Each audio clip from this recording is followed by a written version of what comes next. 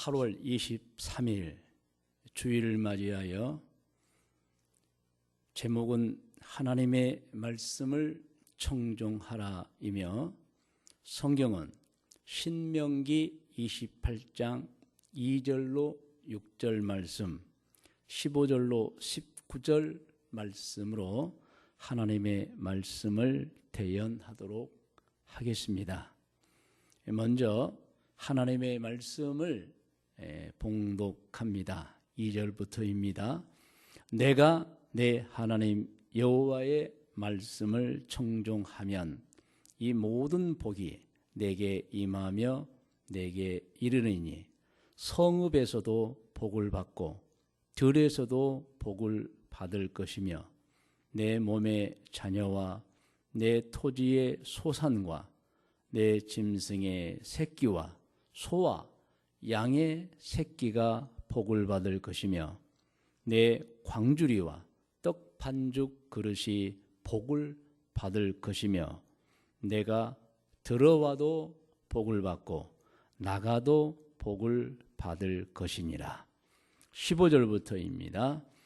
내가 만일 내 하나님 여호와의 말씀을 순종하지 아니하여 내가 오늘 내게 명령하는 그의 모든 명령과 규례를 지켜 행하지 아니하면 이 모든 저주가 내게 임하며 내게 이를 것이니 내가 성읍에서도 저주를 받으며 들에서도 저주를 받을 것이요 또 내 광주리와 떡 반죽 그릇이 저주를 받을 것이요 내 몸의 소생과 내 토지의 소산과 내 소와 양의 새끼가 저주를 받을 것이며 내가 들어와도 저주를 받고 나가도 저주를 받으리라. 아멘. 하나님의 말씀 가운데 신명기 28장 2절에서 6절 말씀과 15절에서 19절 말씀, 본문 말씀을 우리가 봉독했습니다. 오늘 본문 성경 강해입니다. 신명기는 민족의 지도자 모세가 생의 마지막 순간 하나님이 약속하신 가나안 땅을 바라보며 그 백성들에게 선포한 말씀입니다. 신명기 28장 1절을 보면 내 하나님 여호와의 말씀을 삼가 듣고 오늘 내게 명령하는 그의 모든 명령을 지켜 행하면 이라고 나와 있습니다. 여기서 여호와의 말씀을 삼가 듣고는 하나님의 말씀을 진심으로 귀를 기울여입니다. 그래서 하나님의 말씀을 진심으로 귀를 기울여 듣고 그 말씀대로 따르면 복을 받게 될 것이라고 선포한 것입니다. 그리고 신명기 28장 2절에서 14절까지를 보면은 하나님의 말씀을 진실로 기울여 듣고 따르는 자들에게 받는 복이 기록되어 있습니다.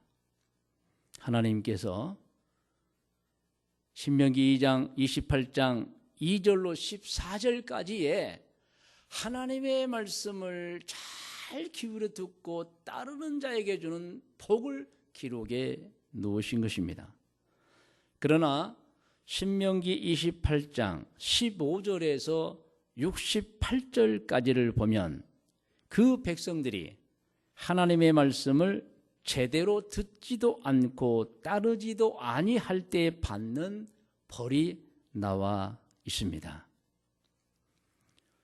신명기의 말씀은 하나님께서 그 백성들에게 가장 중요하게 요구하시는 말씀입니다. 그러므로 하나님을 섬기는 백성들은 하나님의 말씀을 잘 들어서 말씀에 대해 잘 파악하고 그리고 말씀을 들은 후에는 그것을 반드시 지켜 행해야 하는 것입니다. 말씀을 듣고 순종하는 일이야말로 하나님이 이스라엘 백성들에게 요구하는 가장 중요한 당부인 것입니다. 그리고 오늘 우리 모든 신앙인들에게, 우리 모든 사람들에게 요구하는 당부이기도 합니다. 그래서 바라고 권면하기는 하나님의 말씀, 성경 말씀만이 우리의 인생을 바람직한 인생으로 인도하는 유일한 지표임을 알고 말씀을 자세히 기울여 듣고 따르는 신앙 생활을 하시기를 바라는 것입니다. 사람이 하나님의 말씀을 듣고 따르면서 신앙 생활하며 살 때에 해야 하는 일이 있습니다. 자신을 잘 관리해야 하는 것입니다.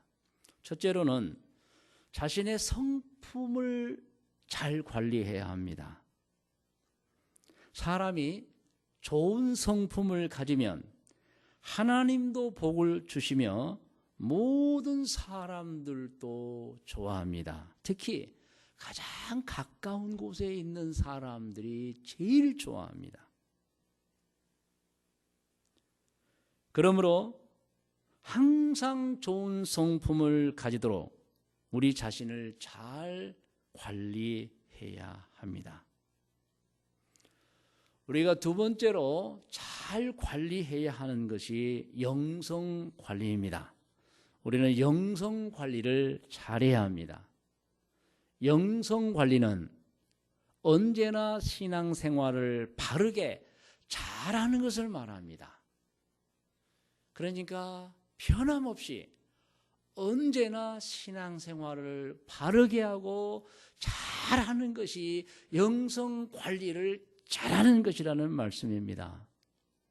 영성 관리는 세 가지를 잘하고 있으면 관리를 잘하고 있는 것인데, 첫째로 매주 변함이 없이 주일 예배를 진심으로 바르게 잘 드리고 있는가입니다.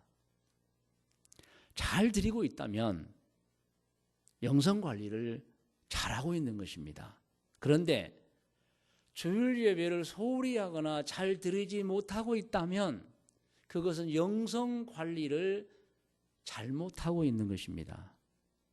또 두 번째로는 매일 빠짐없이 말씀을 읽고 있으며 기도를 하고 있으면 영성 관리를 잘하고 있는 것입니다. 그런데 매일 계속해서 해야 되는데 하지도 않는다거나 아니면 잘 빠진다거나 빼먹으면 그것은 영성 관리를 잘못하고 있는 것입니다. 우리가 영성 관리를 잘하면, 다시 말하면 항상 주일 예배를 잘 드리고 있고 매일 빠짐없이 말씀을 읽고 기도하면서 살고 있다면 그 사람은 영성 관리가 잘 된 사람이기 때문에 영적 힘이 생겨서 하나님을 더욱더 잘 따르게 되고 또 하나님의 뜻을 아주 잘하는 신앙인이 되어서 참으로 바람직한 신앙생활, 성령 충만한 신앙생활을 하게 되는 것입니다. 그러므로 우리는 하나님의 말씀을 따르고 순종하는 신앙생활을 할 때 첫째는 자신의 성품을 잘 관리해야 하며 두 번째는 영성 관리를 잘 해야 하는 것입니다. 그리고 세 번째 관리해야 될 것이 있습니다. 그것이 건강관리입니다. 사람이 나이가 들면 노환이 들어 세상을 떠나게 됩니다. 누구나 나이가 많이 들면 노환으로 세상을 떠납니다. 문제는 수완을 다하지 못하고 사망하는 것이 문제입니다. 사람이 수완을 못하고 일찍 세상을 떠나면 그 자신에게도 비극이지만 가족들에게는 하늘이 무너지는 슬픔인 것입니다. 그래서 우리는 최선을 다해서 수완을 다 살아야 합니다. 자연사해야 하는 것입니다.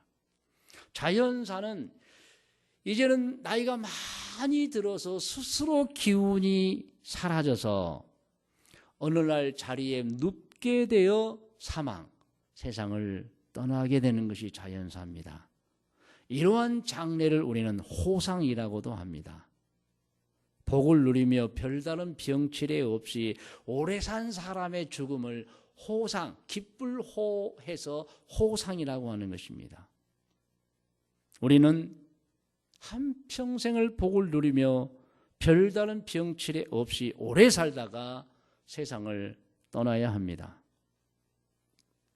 그런데 이 자연사를 막는 것이 있습니다. 질병입니다. 사고입니다. 무서운 것은 질병입니다. 질병 중에 제일 무서운 건 암이며 두 번째가 전염병입니다. 암과 전염병이 무서운 것은 치사율이 높기 때문입니다. 만일 암에 걸렸거나 전염병에 걸렸으면 적극적 치료를 해야 합니다. 그렇지 않으면 치사율이 높습니다. 특히 전염병이 발생하면 어떤 일이 발생합니까? 역시 치사율이 높습니다. 사망합니다.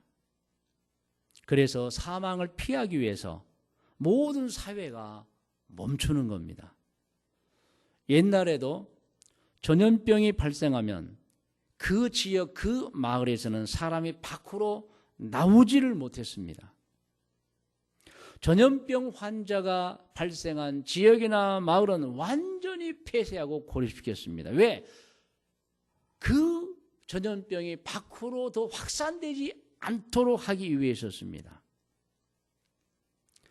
이렇게 전염병이 사람이 사람으로 옮겨지는 감염되는 병이기 때문에 전염병이 발생하면 세상이 멈추는 겁니다. 그러면 경제가 말할 수 없이 곤두박질 치는 겁니다. 그래서 전염병이 창궐해지면 나라가 위험한 겁니다. 지금 전 세계가 위험에 빠져 있습니다. 국민들이 먹고 살 길이 없어지는 겁니다. 그래서 전염병이 발생하면 사망에서도 무섭고 모든 세상의 경제활동, 사회활동이 멈추기 때문에 무서운 것입니다. 그래서 개인이든 국가든 전염병은 최우선으로 적극적으로 예방하고 치료해야 하는 것입니다. 안타깝게도 지난 2020년 2월 말 이후에 창궐했던 코로나19가 4월 5일이 되면서 잠시 주춤해서 우리가 다시 예배를 드리고 다시 신앙생활을 교회에서 해왔습니다. 그런데 일주일 전부터 우리나라가 전염병 발생자가 계속 늘어남으로 인해서 이제 사회적 거리두기 2단계가 실시하면서 다시 교회 활동, 예배 활동, 모든 모임이 멈추는 안타까운 일이 발생하고 있습니다. 왜 교회 예배가 멈추는 겁니까? 전염병이 사람을 통해서 감염되기 때문에 예배마저 멈추는 것입니다. 안타깝지만 받아들이는 거예요.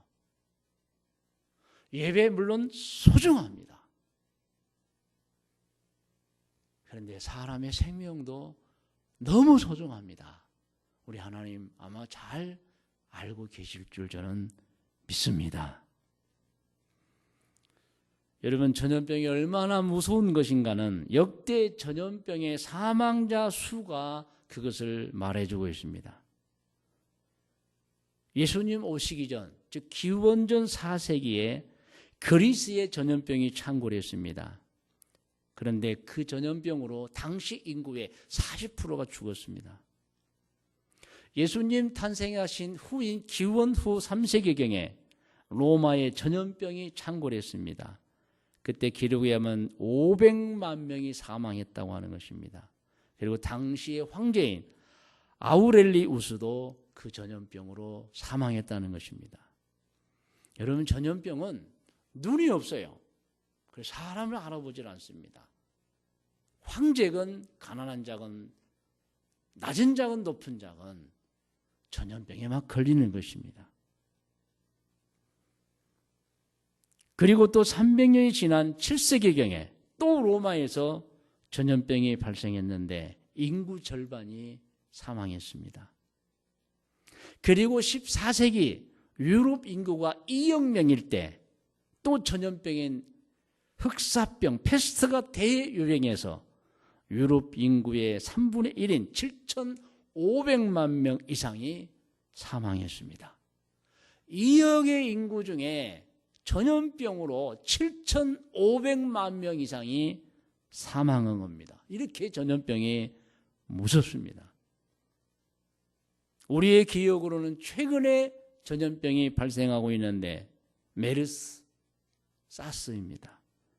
호흡기 증후군입니다. 다 호흡을 통해서 옮겨지는 거예요.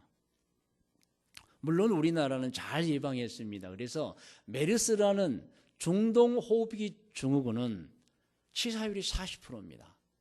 그런데 우리나라가 너무 잘 대처해서 아주 작은 사망만 나왔었습니다.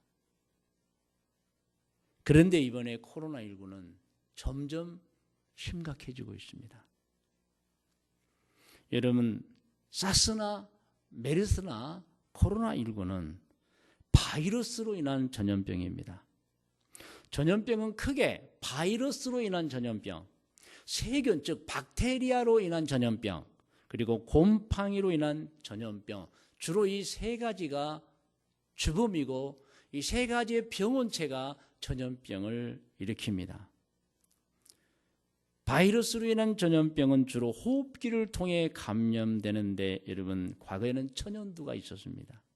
우리나라에도 수없이 발생했고 가장 최근은 1951년입니다. 50년, 51년. 이 천연두가 바이러스인데 낳으면 얼굴이 얼기설기해서 곰보가 됩니다. 또 결핵이 있고 독감 등이 있습니다. 최근에는 이미 언급한 바와 같이 동물에게 자생하는 바이러스가 사람으로 옮겨오는 전염병이 발생하고 있는데 그게 낙타를 통한 메르스, 또 박쥐를 통한 사스, 그리고 아직 원인을 자세히 알지 못하는 코로나19 같은 경우인데 모두 호흡기를 통해 감염되기 때문에 마스크가 필수적인 예방 방법인 것입니다. 꼭 마스크를 써야 합니다. 또 바이러스라는 전염병이 호흡기 외에 음식이나 혈액이나 신체 접촉을 통해서 옮기는 전염병들인데 그중에 가장 무서운 게 에이즈입니다. 이것도 바이러스 전염병이에요. 지금 사실 전 세계가 이 에이즈로 인해서 사실 아직도 위험에 처해 있습니다. 또 간염 같은 것들이 있습니다. 또 이미 쇠퇴하고 있지만 문둥병, 나병 같은 경우도 이제 치명적인 전염병입니다. 우리가 중요하게 생각해야 할 것이 있습니다. 이 전염병들은 남녀노소, 빈부귀천을 가리지 않습니다. 그러면 누구든지 소홀히 생각하거나 안심하면 안 됩니다. 물론 건강한 사람은 전염병에 걸리면 그래도 잘 견디고 퇴원을 합니다. 그러나 기저질환자들, 즉 기본적인 체력에 미치지 못한 기저질환자들, 주로 고령자, 어린이, 만성질환자, 면역력이 떨어진 자들은 전염병에 걸리면 아주 취약해서 사망에 이르게 됩니다. 그래서 당부합니다. 우리는 자기 자신과 가족들 그리고 국가와 민족을 위해서 전염병을 적극적으로 예방해야 되며 퍼지지 않도록 노력해야 됩니다. 아직은 치료제도, 백신도 없기 때문에 예방밖에 없어요. 오늘 우리 자신들이 치명적인 전염병에 걸리지 않아야 하며 걸려서 다른 사람에게 옮김을 주는 그런 일들은 절대로 해서는 안 된다고 판단합니다. 그래서 우리는 매사를 주의하고 조심해야 합니다. 저는 질병의 원인을 이렇게 봅니다. 창조 질서의 역행이다. 하라는 것은 하지 않고 하지 말라는 것은 해버린 사람들의 죄가 엄청난 재앙으로 우리에게 다가오는 것입니다. 먹어서는 안 되는 것들을 먹지 않아야 합니다. 마시면 안 되는 것들은 마시지 않아야 합니다. 피우면 안 되는 것들은 피우서는 안 됩니다. 해서는 안 되는 것들은 하지 않아야 합니다. 그런데 지금까지 모든 전염병을 보면 해서는 안 되는 것들을 하고 마셔서는 안 되는 것들을 마시고 먹어서는 안 되는 것들을 먹어서 이루어지는 겁니다. 우리가 겪는 모든 질병은 우리 자신들이 잘못해서 겪고 있는 것입니다. 신앙인은 하나님께서 우리에게 주신 계명을 깊이 생각해야 합니다.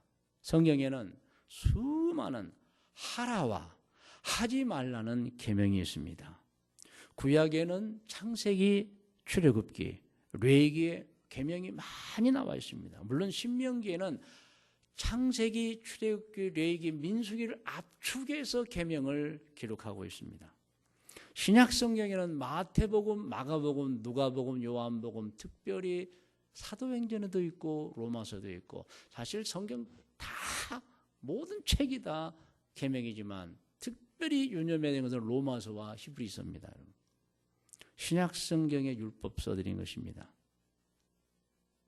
그래서 우리가 알아야 하는 것은 죄를 짓고 나서 저는 몰랐어요. 그게 죄인 줄 몰랐어요. 그렇다고 여러분 죄가 없는 게 아니에요. 모르고 했어도 그 행위가 죄라면 그는 죄를 지은 것입니다. 그러므로 우리는 하나님의 법인 성경을 읽고 배워서 하나님이 주신 계명을 알고 사는 것이 우리 인생의 가장 중요한 일인 것입니다. 오늘 말씀의 묵상과 적용 고면입니다. 사람이 하나님께 해야 할 일이 있고 해서는 안 되는 일이 있습니다. 사람이 사람에게 해야 하는 일이 있고 해서는 안 되는 일이 있습니다.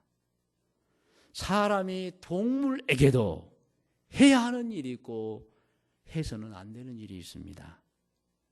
사람이 먹어도 되는 것이 있고 먹어서는 안 되는 것들이 있습니다.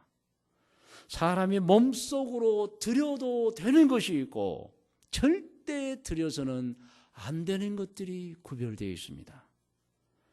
사람이 해야 하는 말이 있고 해서는 안 되는 말들이 있습니다.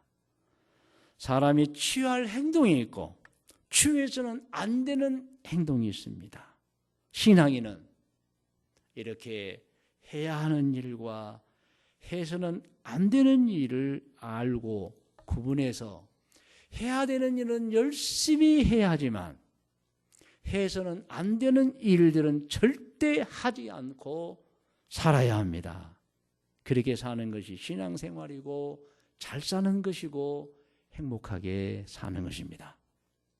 성도 여러분, 코로나19가 다시 창궐하고 있습니다.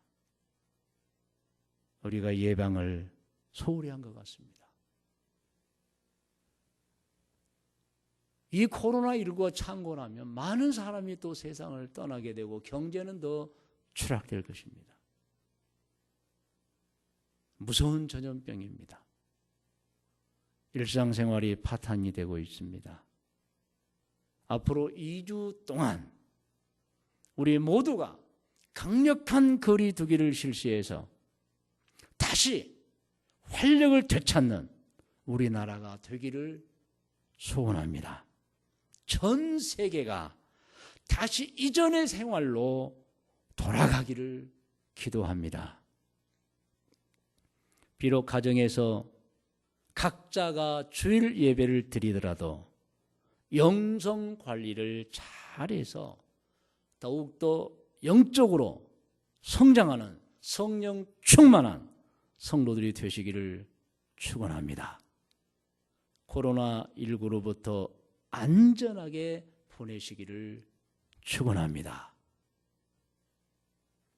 오늘 금일 이번 주일과 다음 주일까지는 우리 교회도 어떤 예배를 대면으로 드리거나 모임을 갖지 않겠습니다. 그러나 2주 후가 되면 다시 전염병의 추이를 살펴보면서 모든 교우들에게 다시 문자를 드려서 함께 예배 드리는 날이 오기를 고대하겠습니다. 성도 여러분, 매일매일 성품도 관리 잘 하시고 영성 관리도 잘 하시고 건강 관리 잘 하시기를 바랍니다. 할렐루야.